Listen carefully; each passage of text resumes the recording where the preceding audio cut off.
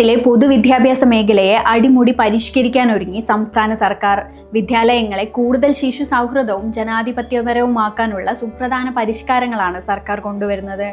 കുട്ടികളുടെ ശാരീരികവും മാനസികവുമായ ഉല്ലാസം ഉറപ്പാക്കുന്നതിനായി സ്കൂൾ ബാഗിന്റെ ഭാരം കുറയ്ക്കുക, ക്ലാസ് മുറികളിലെ ജനാധിപത്യവൽക്കരണത്തിന്റെ ഭാഗമായി ബാക്ക് ബെഞ്ചസ് ഇല്ലാത്ത പഠന അന്തരീക്ഷം സൃഷ്ടിക്കുക എന്നീ ആശയങ്ങളാണ് നടപ്പിലാക്കാൻ ഉദ്ദേശിക്കുന്നത്.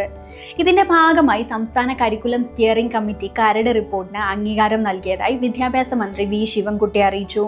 എല്ലാ കുട്ടികൾക്കും തുല്യ പരിഗണന ലഭിക്കുന്ന ജനാധിപത്യപരമായ പഠന അന്തരീക്ഷം ഉറപ്പാക്കുക, ക്ലാസ് മുറികളിലെ ഇരിപ്പിട ക്രമീകരണത്തിലടക്കം മാറ്റം വരുത്തി ആരും പിന്നിലല്ല എന്ന് ഉറപ്പ് നൽകുക എന്നിവയാണ് ബാക്ക് ബെഞ്ചസ് ഇല്ലാത്ത ക്ലാസ് മുറികളിലൂടെ നടപ്പാക്കുന്നത്.